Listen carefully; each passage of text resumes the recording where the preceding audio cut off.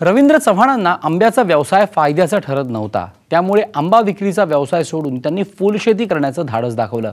रत्नागिरी जवळच्या हातखंबा गावामध्ये त्यांची 2.5 एकर शेती आहे। कृषी विभागाच्या मार्गदर्शनाखाली त्यांनी यामध्ये लिली आणि झेंडूची लागवड केली आहे। गेल्या 10 वर्षांपासून फुलशेती करणाऱ्या चव्हाणांना फुलशेतीमधून वार्षिक 1.25 लाखांचा निव्वळ नफा मिळतोय। निसर्गाच्या लहरीपणामुळे आंब्याचा व्यवसाय तोट्याचा झाला होता। त्याला फुलशेतीचा पर्याय शोधण्यात त्यांना यश आलंय। आज आपण त्यांची फायद्याची फुलशेती पाहण्यासाठी रत्नागिरीजवळ हातखंबा या गावी जाणार आहोत। मुंबई गोवा महामार्गालगत हातखंबा हे 5000 लोकसंख्येचं गाव। या गावातच रवींद्र चव्हाणांची 2.5 एकर शेती आहे। गावातल्या शेतकऱ्यांकडून हंगामात आंब्याच्या बागा विकत घेणं आणि आंब्याची मुंबई पुण्याला विक्री करणं हा त्यांचा अनेक वर्षांचा व्यवसाय। पण लहरी हवामान, आंब्याच्या व्यवसायातलं नुकसान यामुळे त्यांनी आंब्याचा व्यवसाय बंद करण्याचा निर्णय घेतला। 10 वर्षांपूर्वी त्यांनी कृषी अधिकाऱ्यांच्या मार्गदर्शनाखाली लिलीच्या फुलांची लागवड केली। फुलशेती म्हणजे आमकाच येणार उत्पन्न आहे, ते आंब्यासारखं नाही, बिनभरवशी असं नाही। म्हणजे केलं तर फायदा त्याच्यात आहे। त्या आंब्याच्या धंद्यामध्ये आम्ही प्रॉफिटमध्ये नव्हतो, ते परवडण्यासारखं नव्हतं। म्हणून आम्ही कृषी अधिकाऱ्यांच्या मार्फत त्यांनी सल्ला दिल्यामुळे आम्ही फुलशेतीची लागवड चालू केली। लिली आणखीन झेंडू हे 2 प्रकारचे आम्ही उत्पन्न घ्यायला लागलो।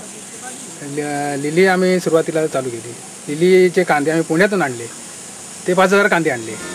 फुलशेतीला सुरुवात केल्यानंतर त्यांनी लिलीचे 5000 कंद विकत आणले। 2 रुपयांना 1 याप्रमाणे आणलेल्या कंदाची 2 फूट बाय 2 फुटांवर लागवड केली। लिलीपासून त्यांना काही महिन्यात फुलांचं उत्पादन मिळू लागलं। लिलीपासून चांगले पैसे मिळू लागल्यानंतर त्यांनी उन्हाळी हंगामात झेंडूची शेती करण्यास सुरुवात केली। 5 वर्षांपासून जानेवारी ते मे महिन्याच्या काळात झेंडूची लागवड ते करतात। कलकत्ता ऑरेंज या जातीचं आम्ही लागवड करतो। 5 वर्षापासून आम्ही लागवड करतो आहे आणि ती सांगलीतून आम्ही 5000 रोपं आणतो वर्षाला। 40-45 दिवसानंतर फुलं चालू होतात। लावल्यानंतर एक 8 दिवसांनी सुफला 10-26-26 शेणखत असे 8-8 दिवसांच्या फरकाने आम्ही खत देतो। लिलीच्या फुलांपासून चव्हाण यांना वार्षिक 90,000 ते लाख रुपयांचं उत्पन्न मिळतं। यासाठी वर्षभरात त्यांना 30,000 रुपयांचा खर्च येतो। तो वगळता त्यांना अंदाजे 60,000चा निव्वळ नफा मिळतोय। तर झेंडू शेतीपासूनही त्यांना हंगामात 60 ते 70,000चा निव्वळ नफा मिळतो। म्हणजे वर्षभरात त्यांना किमान 1.25 लाखांचा नफा मिळतोय। त्यातून आम्हाला वर्षाला जवळजवळ 90,000 रुपये उत्पन्न मिळतं। आणखीन खर्च वजा करून 60,000 रुपये आम्हाला फायदा पडतो। आम्ही लिलीची एक 4 दिवसांनी लिलीला पाणी द्यायला लागतं। आणखीन एक 6 महिन्यांनी खताचा डोस द्यायला लागतो। वर्षातून 2 वेळा खताचा डोस द्यायला लागतो।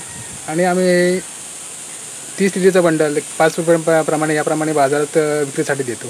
चिपळूण, संगमेश्वर, रत्नागिरी या ठिकाणी आम्ही बाजारात विक्रीसाठी पाठवतो। चव्हाण यांना हिवाळ्यात लिलीचं उत्पादन कमी मिळतं, तर उन्हाळा आणि पावसाळ्यात फुलांचं चांगलं उत्पन्न मिळतं। फुलशेतीमध्ये चव्हाण यांना वडील, पत्नी आणि मुलांची मोलाची मदत मिळते। आम्ही ती म्हणजे एक फूल अशा 30 फुलं घेऊन एक जुडी बांधतो। ती लिली 5 रुपयांनी आम्ही बाजारात विकतो। अशा जुड्या महिन्याला कमीत कमी दिवसाला 50 जुड्या होतात। झेंडू आता जानेवारीमध्ये आम्ही लागवड केलेली, 2 महिन्यानंतर फूल येतात।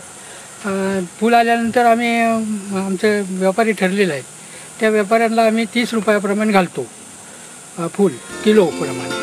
लिलीची फुलं काढून त्यांची दररोज विक्री करण्याचं काम रवींद्र चव्हाण यांची पत्नी रक्षंदा करतात। लिलीची लागवड केल्यापासून शेतीतून मिळणारा नफा कधी घटला नसल्याचा त्यांचा अनुभव आहे।